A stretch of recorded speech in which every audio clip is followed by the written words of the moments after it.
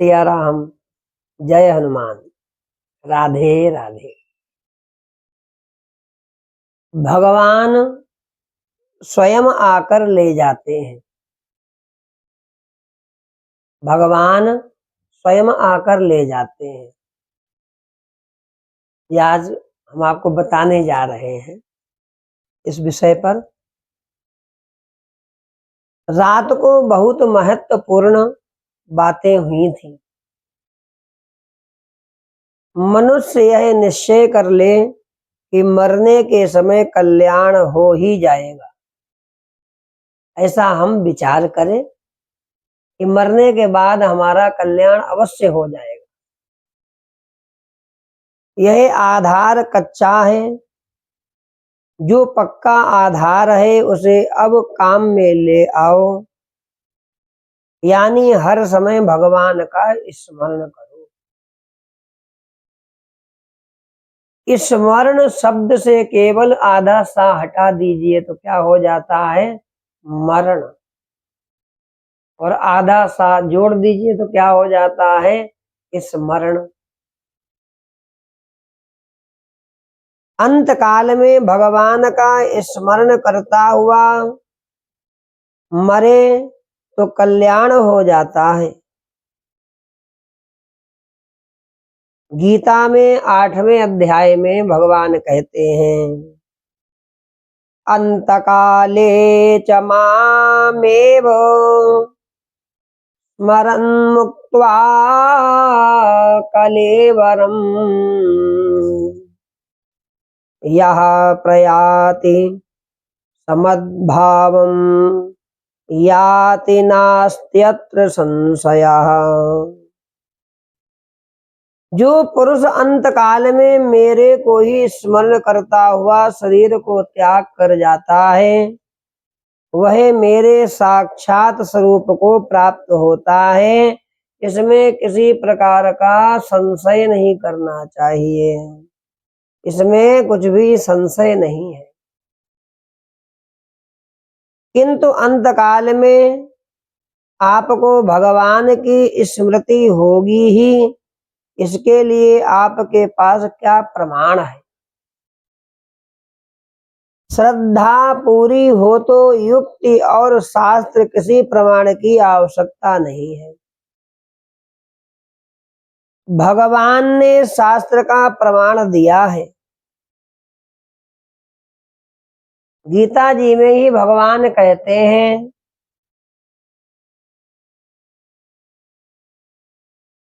ऋषि भिर बहुधा गीतम छंदो भिर विविधैः पृथक ब्रह्म सूत्र पदैश्चैव हेतु मद्भिर विनिश्चितैः।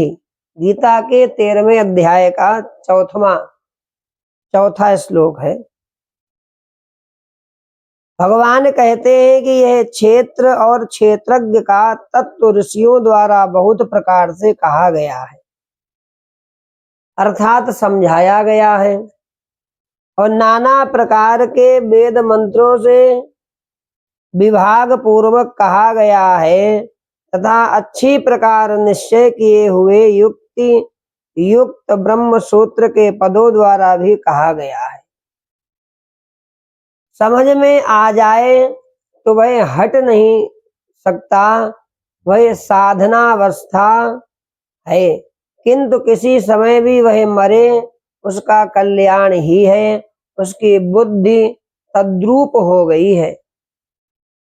यह भी नहीं होकर यदि सच्चिदानंद घन परमात्मा जिसकी बुद्धि में अच्छी प्रकार समा गए हैं, बुद्धि की सत्ता मौजूद है, परमात्मा का ज्ञान बुद्धि में हो गया है, यह प्राप्ति होने के पहले की बात है। जो बात बुद्धि के समझ में आ गई है वह बात छूट नहीं सकती। जैसे सगुण भगवान के स्वरूप का ध्यान करने वाला है, वह स्वरूप का रसास्वाद लेता है, फिर उसका वह त्याग नहीं कर सकता।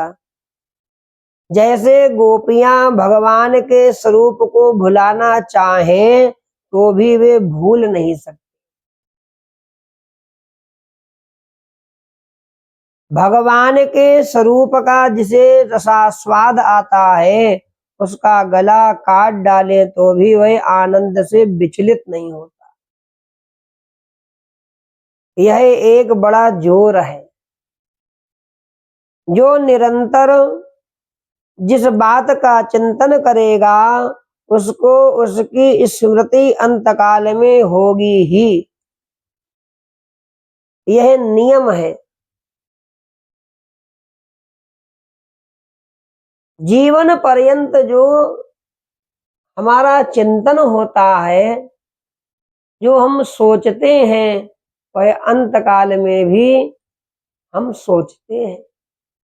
यदि हमने जीवन पर्यंत भगवान का स्मरण किया है, ठाकुर की सेवा की है, भगवान को याद किया है, तो अंतकाल में भी भगवान ही हमको याद आएंगे। यह बिल्कुल सत्य है।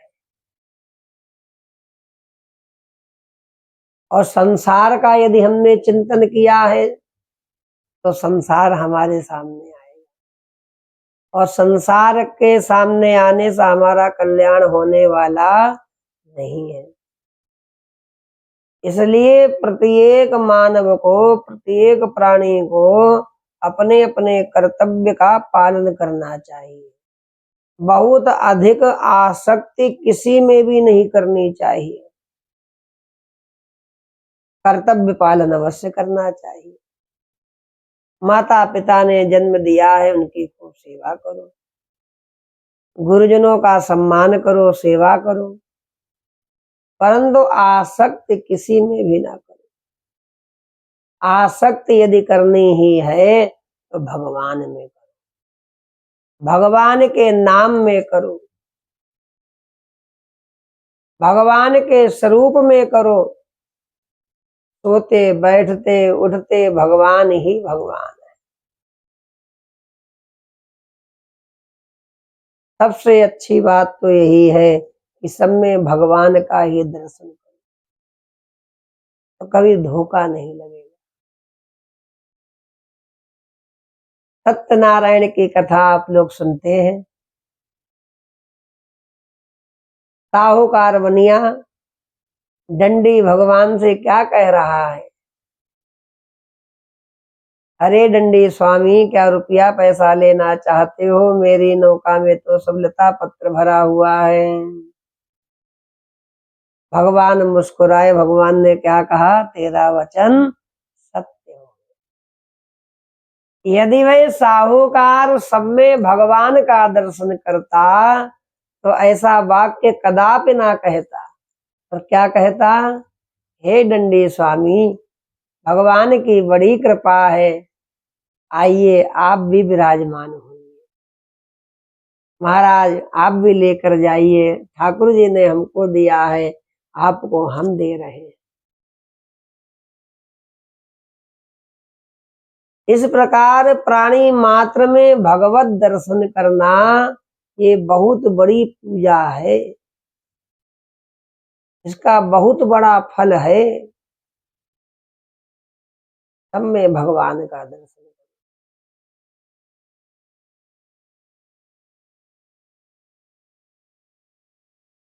जो भगवान का चिंतन करता है उसे स्वप्न आएगा तो भगवान का ही आएगा। जो भगवान का चिंतन करता है उसे स्वप्न भी आएगा तो भगवान ही स्वप्न में आएंगे। बहुत से लोग कहते हैं हमको स्वप्न में वह दिखाई दिया, स्वप्न में हमको वह चीज दिखाई दी, स्वप्न में हमने मरे हुए माता पिता को देखा, पितरों को देखा, सांप सर्प देखा।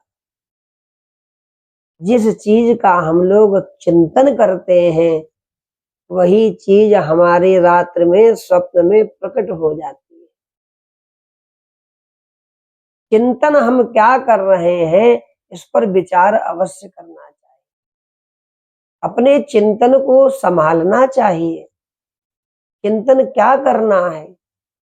चिंतन हमको परमात्मा का करना है, नाम हमको परमात्मा का लेना है और सब में भगवान का दर्शन करना है, तो हमारा स्वप्न दोष भी ठीक हो जाएगा। स्वप्न में भी किसी प्रकार का कोई दोष नहीं रहेगा।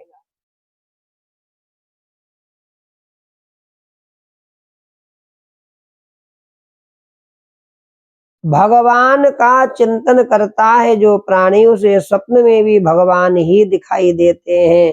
उसे सन्निपात होगा तो वह भगवान के विषय की बात ही बहकेगा। नाम की महिमा तुलसीदास बाबा कहते हैं, सुमिरहु नाम राम कर सेवहु साधु।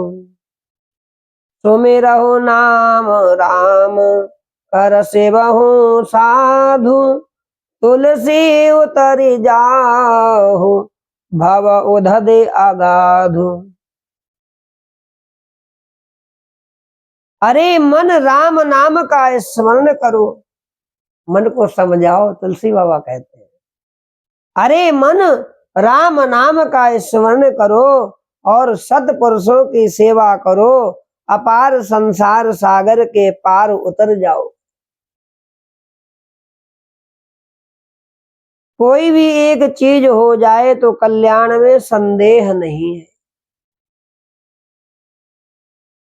सत्संग का आधार भी महत्वपूर्ण है। सत अर्थात परमात्मा, उनमें प्रेम होना असली सत्संग है। मुक्ति उस सत्संग की दासी है। जो प्राणी जीवन में सत्संग करता है, हृदय से भाव से भक्ति युक्त होकर, उस प्राणी की मुक्ति अवश्य हो जाती है। तात स्वर्ग अपवर्ग सुख धरिय तुला एक अंग। तूलन ताहि सकल मिली जो सुख लव सतसंग। रामचरितमानस में सुंदर कांड में चौपाई तुलसी बाबा कहते हैं, भागवत में आया है कि वहां यही बात है कि सत अर्थात परमात्मा में प्रेम का नाम है सत्संग। सत्संग करो।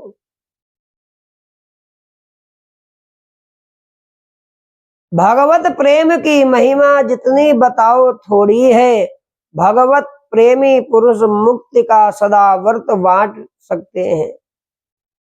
शिवजी काशी में मुक्ति का सदा व्रत बांटते हैं। प्रेम के प्रभाव को मैं नाम के प्रभाव से मूल्यवान मानता हूँ। नाम का प्रभाव भी महत्वपूर्ण है। प्रेम के मुकाबले में मुक्ति कोई चीज नहीं है, योगी के लिए भगवान बताते हैं।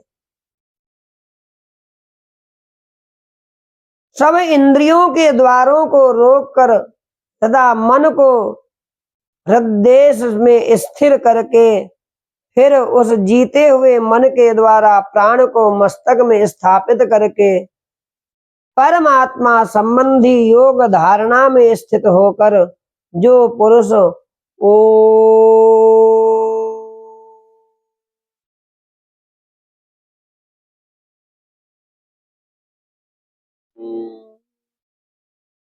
इस एक अक्षर रूप ब्रह्म को उच्चारण करता हुआ और उसके अर्ध स्वरूप मुझ निर्गुण ब्रह्म का चिंतन करता हुआ शरीर को त्याग कर जाता है, वह पुरुष परम गति को प्राप्त हो जाता है। ये मुक्ति का साधन है, केवल और केवल ओम। ऐसे योगी के पास योग का पक्का बल है। सारी इंद्रियों के द्वारों को रोक दिया है, जिन्होंने मन को हृदय में स्थापन कर दिया है, प्राणों को मस्तक में रोप दिया है, फिर ओमकार का उच्चारण किया। भगवान श्री कृष्ण कहते हैं, इस तरह मेरा ध्यान करता हुआ शरीर छोड़कर जाता है, वह मेरे स्वरूप को ही प्राप्त हो जाता है। केवल ओम कहने मात्र से प्राणी मुक्त हो जाता है। पर कैसे? बढ़िया कुशा का आसन बिछावे और उस पर बैठ जाए, रीढ़ की हड्डी सीधी कर ले और ओमकार का उच्चारण करना आरंभ करे। ओ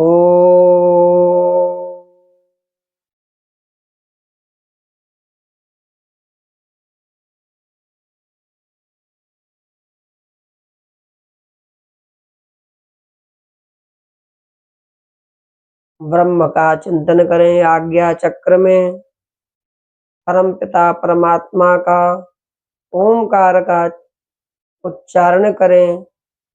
इस प्रकार अपने देह का जो त्याग करता है, भगवान श्री कृष्ण कहते हैं, वह हमारे लोक को प्राप्त हो जाता है। इसमें भगवान का ध्यान तथा नाम जप ही प्रधान है।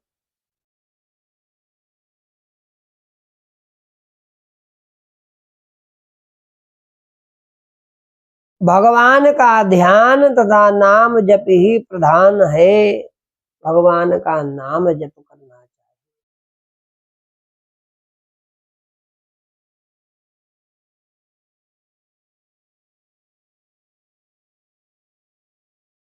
उपर्युक्त श्लोकों में पहले श्लोक का साधन भले ना हो कि दूसरे श्लोक के अनुसार भी स्थिति रख लो तो भी बेड़ा पार हो जाता है, किंतु बाद वाले श्लोक को हटाकर केवल पहले श्लोक के अनुसार स्थिति बनाओ तो बिना भगवत स्मृति के अंत समय में विशेष लाभ नहीं होता।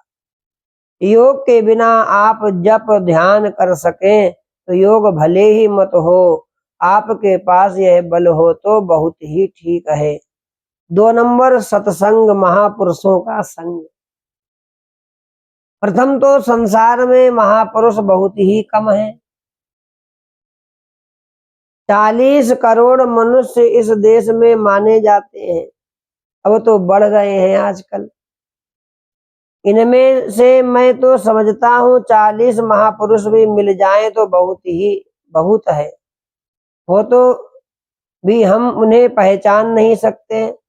वन में रहते हो तो हमें मिले नहीं। 40 करोड़ में संभवतः 39 करोड़ भी तो गृहस्थ होंगे, सन्यासी 1 करोड़ होंगे। करोड़ों में कोई एक महात्मा होता है जो सिद्ध महात्मा होता है। हजारों मनुष्यों में कोई एक मनुष्य मेरी प्राप्ति के लिए यत्न करता है और उन यत्न करने वाले योगियों में भी कोई ही पुरुष मेरे परायण हुआ, मेरे को तत्व से जानता है, अर्थात यथार्थ मर्म से जानता है। इस न्याय से यह माना जाता है कि करोड़ों में कोई एक ही उस परमात्मा को जानता है, और जो परमात्मा को जानता है उसको परमात्मा भी जानते हैं कि यह हमको जानता है, यह हमको भजता है, तो उसका कल्याण परमात्मा अवश्य करता है। इसलिए सभी को परमात्मा का भजन अवश्य करना चाहिए। मनुष्य का शरीर पाकर भी हमने यदि कुत्ते की तरह केवल आहार निद्रा आदि में जीवन बिताया तो शास्त्र कहेगा तुम्हें धिक्कार है, हम पर दुख आ रहे हैं फिर भी हम उन्हें रोकने का प्रयत्न नहीं करते। दुख आकर प्राप्त होता है तब रोता है, रोने का स्वभाव पड़ गया है, फिर 84 लाख योनियां भोगते रहो। महात्मा को जाने कैसे? ईश्वर की कृपा से या महात्मा जानना चाहे तो जाने। जानने में हेतु होती है श्रद्धा। भगवान से प्रार्थना करें तो प्रभु इस काम को कर सकते हैं। सच्चे महात्माओं से भगवान ही हमको मिलाते हैं, और जो सच्चे महात्मा होते हैं वह भी सच्चे भक्त को ढूंढते हैं कि हमारे सच्चे भक्त कहाँ हैं। महात्मा दौड़कर वहां स्वयं पहुंच जाते हैं। आपको दौड़ने की आवश्यकता नहीं है, आपको घर में बैठ कर ही साधन करने की आवश्यकता है। महात्मा आपके घर में स्वयं दौड़ कर चले आएंगे कि हमारा सच्चा भक्त यहाँ रहता है। अब प्रश्न आता है कि हम महात्मा का तत्व रहस्य जान जाएं, इसकी परीक्षा क्या कि हम जान गए हैं? जो भगवान के तत्व रहस्य को जान जाता है, प्रेम के तत्व को जान जाता है, उससे प्रेम नहीं छूटता। ध्यान के तत्व को जो जान जाता है, उससे ध्यान नहीं छूटता। इसी प्रकार महात्मा के तत्व को जो जान जाता है, उससे महात्मा नहीं छूटता है। अब प्रश्न आता है कि वह नहीं छोड़े, किंतु यदि महात्मा छोड़ दे तो? नहीं, इन तीन की प्रतिज्ञा है। धर्म, महात्मा और ईश्वर। धर्म, महात्मा और ईश्वर, इनको जो पकड़ लेता है वे फिर उसको नहीं छोड़ते। धर्म ने यदि पकड़ लिया है, महात्मा ने, संत ने यदि हमको पकड़ लिया है और ईश्वर ने यदि हमको पकड़ लिया है, तो वह हमको कभी भी नहीं छोड़ेंगे।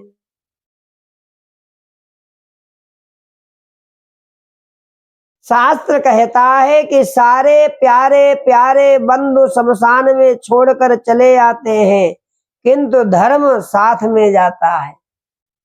जब प्राणी मर जाता है, गत हो जाता है, उसको शमशान में बंधु बांधव ले जाते हैं, जलाकर उसको वहां भस्म कर देते हैं, क्रिया करते हैं और छोड़कर पीठ दिखाकर लौट आते हैं। मरे हुए प्राणी के साथ भी क्या जाता है? साथ में उसका किया हुआ धर्म जाता है, धर्म उसका अनुगमन करता है। इसलिए भगवान कहते भैया धर्म और संत और ईश्वर कभी भी हमको नहीं छोड़ते, और इन सब से हम लोग दूर रहते हैं। धर्म करने की कोई बात आ जाए तो उससे बिल्कुल दूर हो जाते हैं। संत महात्माओं के मान सम्मान की कोई बात आ जाए तो हम लोग बिल्कुल दूर हो जाते हैं। ईश्वर भगवान की सेवा की कोई बात आ जाए तो हम लोग बिल्कुल दूर भाग जाते हैं। और संसार की कोई बात आ जाए तो उसमें बिल्कुल लिप्त हो जाते हैं। ये तो संसार है, जो हमारे भाई हैं, बहन हैं, पिता हैं, माता हैं, मौसा हैं, मौसी हैं, बुआ हैं, फूफा हैं, आदि आदि। जो सच्चे नहीं हैं, जो हमारे साथ देने वाले नहीं हैं, उनके लिए मर रहे हैं।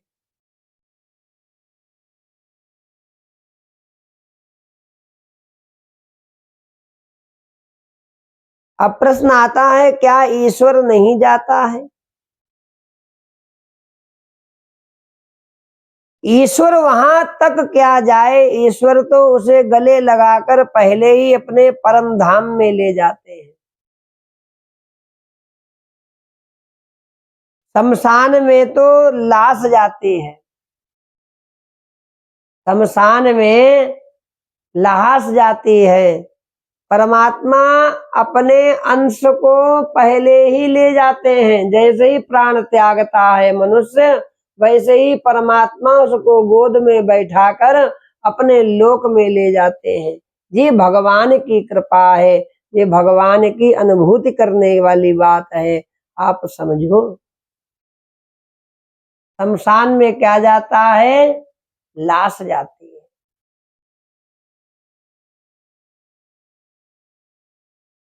भगवान अपने भक्त को स्वयं गोद में बैठाकर ले जाते हैं। आप देखिए, भगवान ने खंबा से प्रकट हो गए प्रहलाद के लिए, अपने भक्त के लिए लाड़ लड़ा रहे हैं। नरसिंह भगवान का क्रोध शांत नहीं हो रहा था, लक्ष्मी जी भी आ गई, मना रही थी, क्रोध शांत नहीं हो रहा था। तो सबने क्या कहा, प्रहलाद जी से प्रार्थना करी। और प्रहलाद जी गोद में बैठे तो नरसिंह भगवान की जिह्वा लप लप कर रहे थे। उसी लपलपाती हुई जीव से प्रहलाद को भगवान चाट रहे हैं और धीमे धीमे भगवान का क्रोध शांत हो गया। यह भगवान की कृपा है। अब प्रश्न आता है कि भगवान स्वयं आकर ले जाते हैं या पार्षद भेजते हैं अपने? दोनों ही बात है। कभी भी स्वयं भी आते हैं और कभी कभी अपने पार्षदों को भेज देते हैं। भगवान के दूतों को ही पार्षद कहते हैं।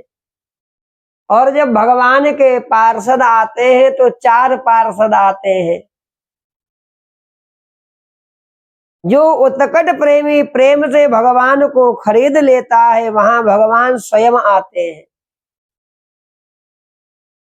यदि ध्यान का बल होता है तो पार्षद आते हैं। यमराज स्वयं भी आते हैं क्या? आते हैं। सत्यवान के लिए यमराज स्वयं आए, प्रायः उनके दूत ही आते हैं। यमराज के दूत कितने आते हैं? यमराज के दूत हमेशा 2 आते हैं। इसी प्रकार जो साधक पुरुष होते हैं उनके लिए भगवान के पार्षद ही आते हैं। जो सिद्ध पुरुष होते हैं उनके लिए भगवान स्वयं दौड़े दौड़े चले आते हैं और अपनी गोद में लेकर उस भक्त को अपने लोक में चले जाते हैं। ये भगवान की कृपा और करुणा है। अजामिल के लिए भगवान ने अपने पार्षदों को भेजा। गज के उद्धार के लिए भगवान ने पहले सुदर्शन चक्र को भेजा और स्वयं भगवान पीछे पीछे दौड़े चले आए गज के उद्धार के लिए। श्रीमद् भागवत में कथा है गजेंद्र मोक्ष की।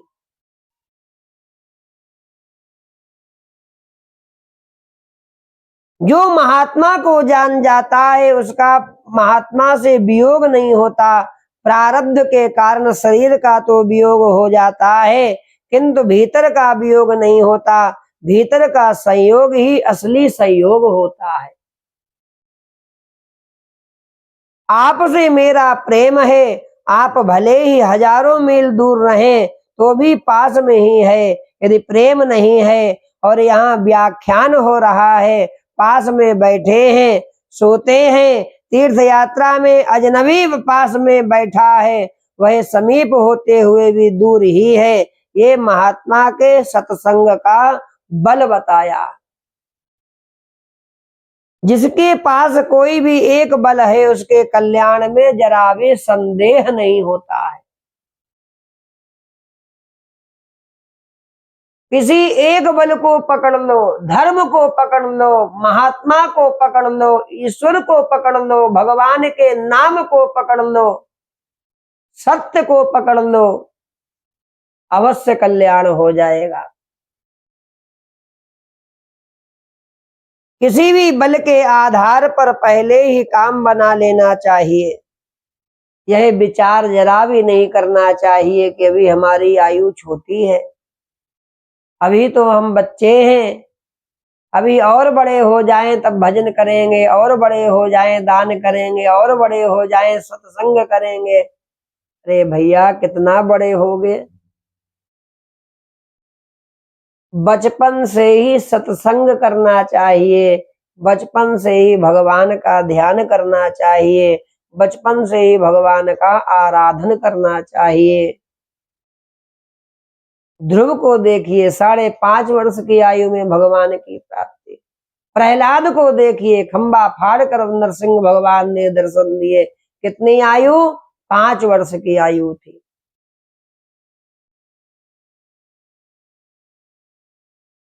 भगवान के मार्ग में जरा भी आयु की कोई गणना नहीं है।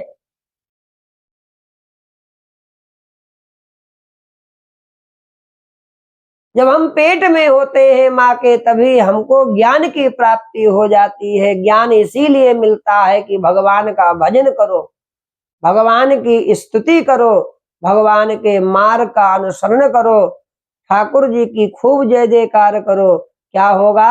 आपका कल्याण हो जाएगा।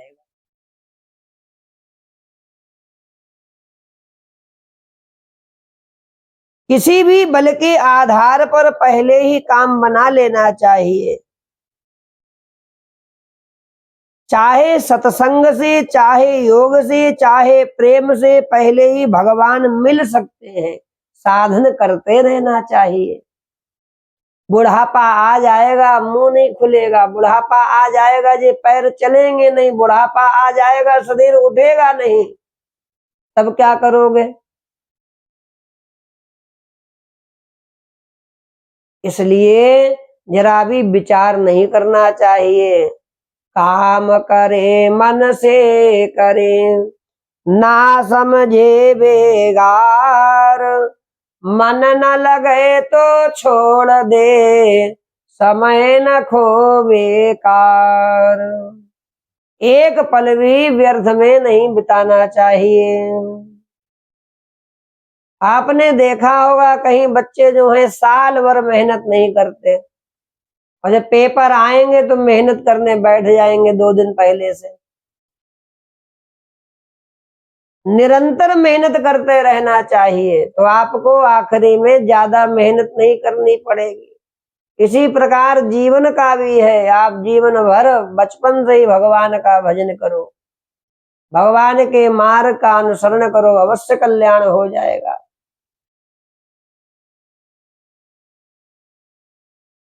चाहे प्रेम से पहले ही भगवान मिल सकते हैं। तीर्थ में वास करता करता फिर तीर्थ को छोड़ देता है, क्यों? बहुत से लोग होते, काशी में जन्म लिया, अयोध्या में जन्म लिया, मथुरा में जन्म लिया, जीवन पर्यंत वहां रहे, परंतु आखिरी में क्या हुआ? आखिरी मुरादाबाद चले गए।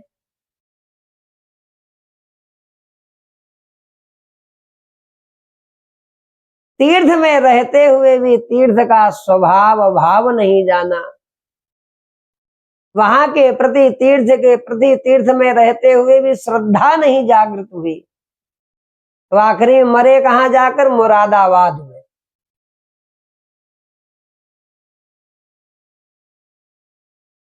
भगवान कहते हैं कि इसी प्रकार महात्मा को छोड़ देता है प्राणी, जीवन पर्यंत गुरु की सेवा में लगा रहेगा, जीवन पर्यंत गुरु की सन्निधि में रहेगा। जब कल्याण होने का समय आता है तो वह गुरु जी को छोड़कर चल देता है, महात्मा को त्याग देता है। इसी प्रकार महात्मा को छोड़ देता है तो महात्मा के तत्व को समझा ही नहीं, तभी तो छोड़ देता है।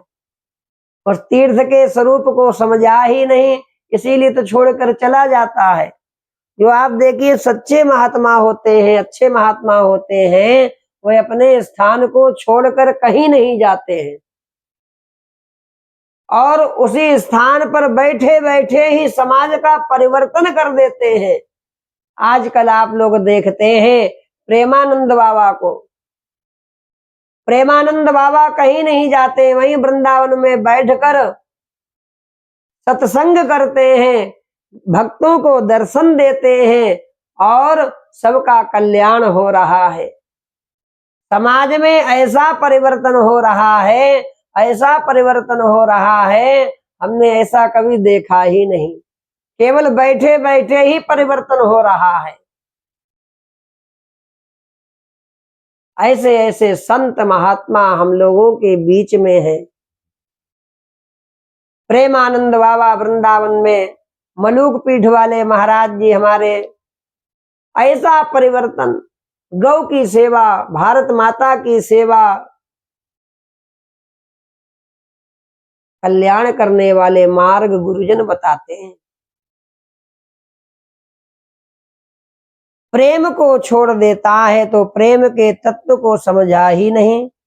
सब में एक ही बात है, तत्व रहस्य को समझता तो उसको छोड़ नहीं सकता। रुपयों का लोभी क्या रुपयों को छोड़ सकता है? महात्मा हो, बैरागी हो, वह रुपयों को छोड़ सकता है। रुपयों में जिसकी प्रीति है वह कैसे छोड़ सकता है? हमको समझना पड़ेगा हमारी प्रीति कहाँ है। कल्याण ढूंढने से कल्याण नहीं होगा, अपनी प्रीति को परमात्मा में लगाना होगा, तब हमारा कल्याण अवश्य हो जाएगा। गुरु की वाणी में अपनी प्रीति को लगाना होगा, तब हमारा कल्याण हो जाएगा। ईश्वर में अपनी प्रीति को बनाना होगा, तब हमारा कल्याण हो जाएगा। मन कहीं भाग रहा है, वाचा कहीं भाग रही है, शरीर कहीं बैठा हुआ है, तो कदापि कल्याण नहीं हो जाएगा। ख्याल करना चाहिए, अर्जुन अपने पितामह भीष्म और कुल गुरु द्रोणाचार्य को बाणों से मारता है, क्योंकि भगवान की आज्ञा है। आज्ञा पालन करते हुए भी भीष्म के प्रति पूज्य भाव कम नहीं है। भीष्म जी को बाणों से मारकर उनके चरणों में नमस्कार करता है। अर्जुन, भीष्म ने कहा तकिया लाओ बेटा, कौरवादी मखमल का तकिया लाते हैं, भीष्म ने कहा मेरे योग्य तकिया लाओ बेटा।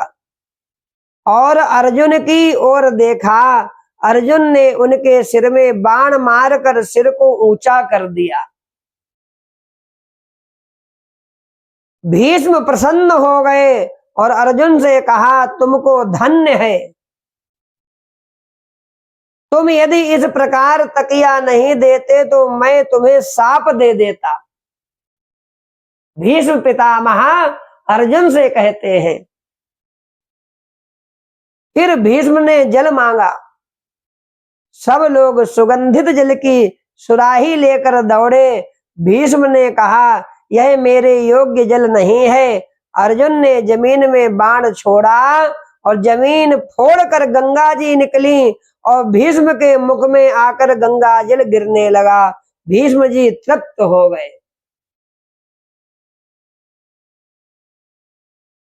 आप सभी को पता महाभारत की कथा। और जैसे ही अर्जुन युद्ध के लिए युद्ध की भूमि में गए, अर्जुन देख रहे हैं सब हमारे बाबा दादा गुरु सब खड़े हैं सामने। तभी अर्जुन ने आज्ञा पाई भगवान कृष्ण की। कृष्ण ने आज्ञा दे की क्षत्रिय धर्म है तुम्हारा।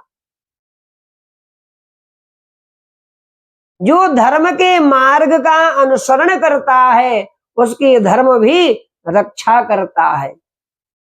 इसलिए हमेशा सभी को धर्म, संत और ईश्वर की शरणागति करनी चाहिए, उससे हमारी मुक्ति होगी और हमारा मानव जीवन लेना भी सफल हो जाएगा।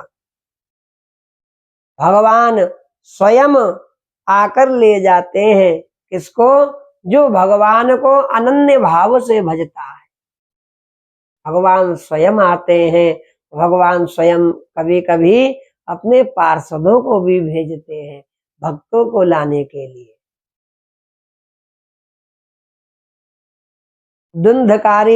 धुंधकारी मुक्त हो गया। गोकर्ण जी के लिए भी विमान आया। अनेकों अनेक कथाएं हैं हम लोगों के यहाँ सनातन में। इसलिए दृढ़ भक्ति करनी चाहिए, दृढ़ निश्चय करना चाहिए, भगवान हमको अवश्य लेने आएंगे, ऐसा विश्वास करना चाहिए। जब हम विश्वास करेंगे तो भगवान भी अवश्य आएंगे। तो आज हमने आपको सत्संग में बताया भगवान स्वयं आकर ले जाते हैं। पूरा वीडियो अवश्य देखें और इस कथा को अधिक से अधिक अपने बंधु बांधवों को भी भेजें, जिससे कि उनका भी कल्याण हो सके, मानव जीवन सफल हो सके। जय श्री कृष्ण। राधे राधे। श्री राम जय जय राम। श्री राम जय जय राम। जय सिया राम।